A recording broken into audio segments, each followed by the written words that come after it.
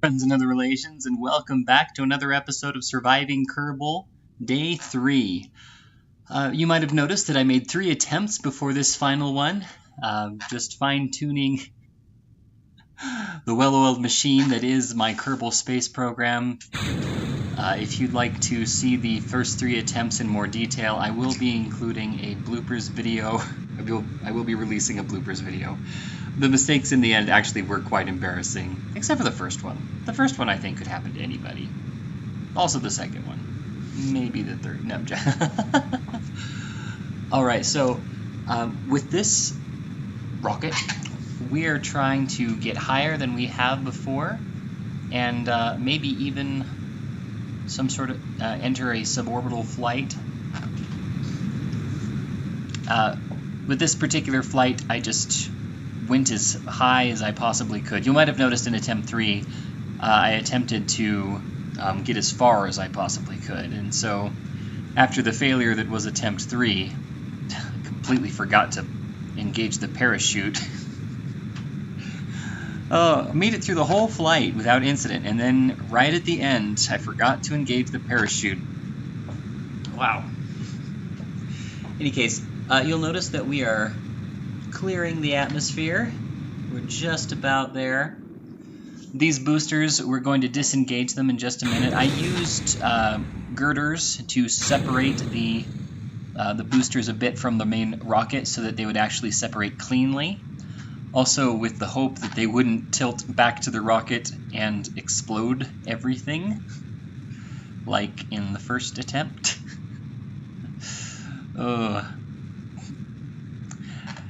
Anyway, now the goal is to just get as high and go as fast as we possibly can. Oh, I'm checking the fuel. And thank you all so much for bearing with me. I scheduled all the videos during the honeymoon. We are back now. Mango and Luna were very excited to see us. Aaron and I. Mango, you pooped on my shoulder. You totally did. Don't act like you didn't. Oh, she's happy about it. Mango.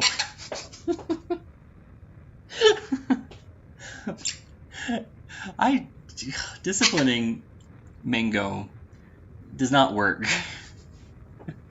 I can't think of anything to do that she disapproves of. You can't yell at her. Not that I want to, but if you yell at her, she gets really excited and thinks that you're excited too. That's what it means when she's excited. She yells. She goes as loud as she can. If you try to mist her with water, she likes that too. She loves that. If you get in her face and put your finger over your lips and say shh, she sticks her tongue out at you and wiggles it around in the air because she thinks that's the game we're playing. Everything I can't do anything wrong with this bird. She loves everything I can possibly think of to do. So, yeah. The only thing I can think of that she really, really doesn't like is when I leave. And I can't do that every time she's being naughty. Ah, well. Maybe I'll think of something. In the meantime, I'll have to rely on positive reinforcement. How I'm going to positively reinforce every time she doesn't poop on me is going to be difficult. Sorry, the mission. I wasn't distracted. You'll notice that we used up the liquid rocket fuel engine. This staging is important. It allows us to achieve that kind of height that you just noticed at the tracking station, and will eventually allow us to achieve orbital flight. In fact, that is going to be the goal of the next episode. If not orbital, at least at least suborbital with an emphasis in orbital, if that makes sense. Also, I am going to attempt to get the Kerbal into orbit and then back out of orbit, which was a mistake that I made the first time I played this game. I put Jeb in orbit and I still haven't gotten him back down. Still no. We're warping time a bit to get to the apoapsis faster, because we have some important experiments to do once we get there. Namely, we need Jeb to step outside of the space vehicle for a moment and look around, get a better view of things.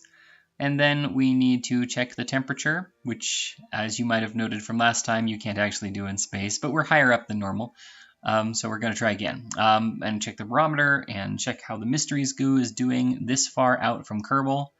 We're a good twice the width of Kerbal out, so that's nice. Also, a good gives you a good visual of just how far a planet's gravitational influence goes.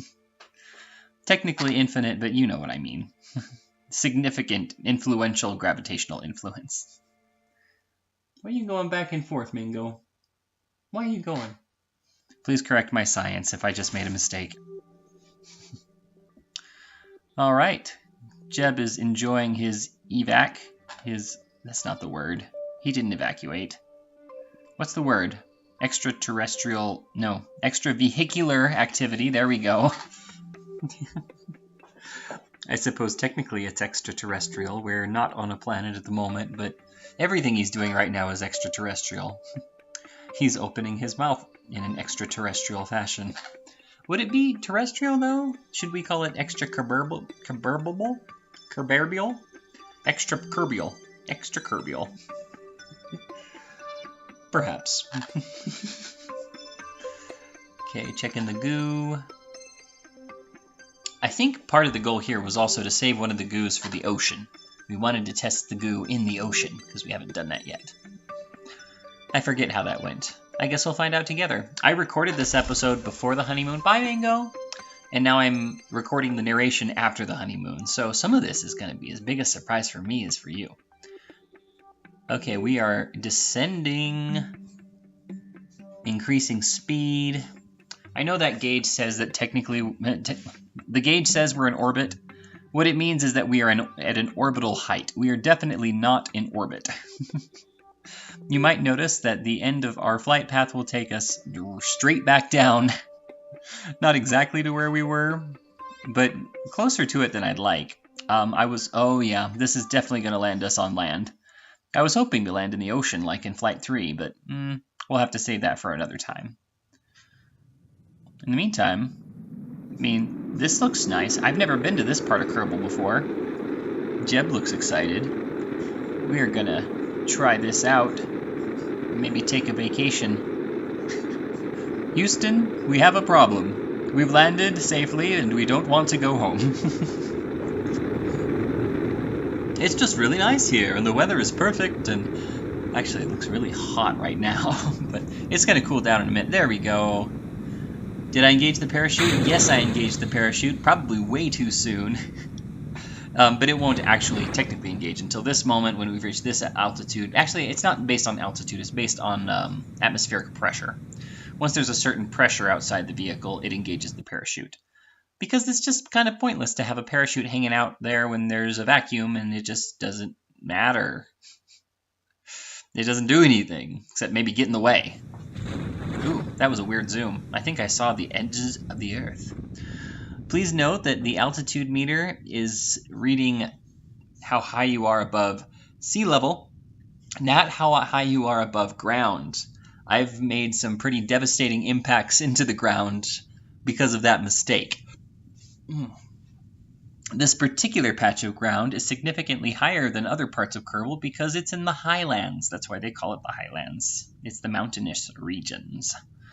This, I sped up the first 3 attempts quite a bit, but you'll note that this episode is still going to be a little longer than our typical fare, and that might have to continue to be the case as these episodes get more complicated.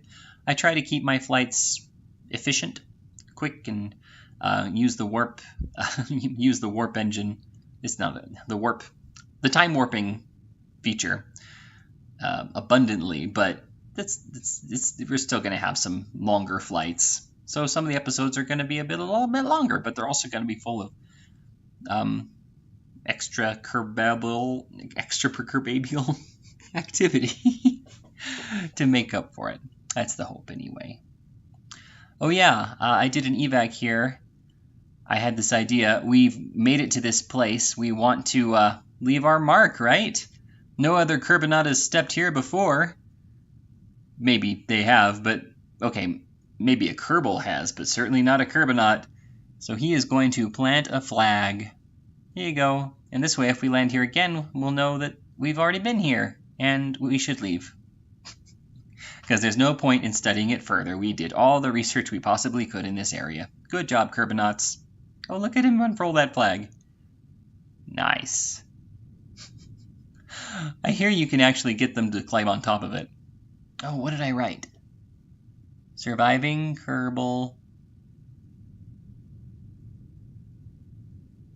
Yeah, surviving Kerbal day 3.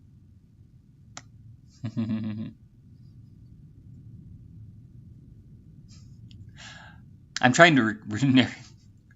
I'm not going to do this narrating thing anymore. It does not work very well. I can't even read half of what's on the screen.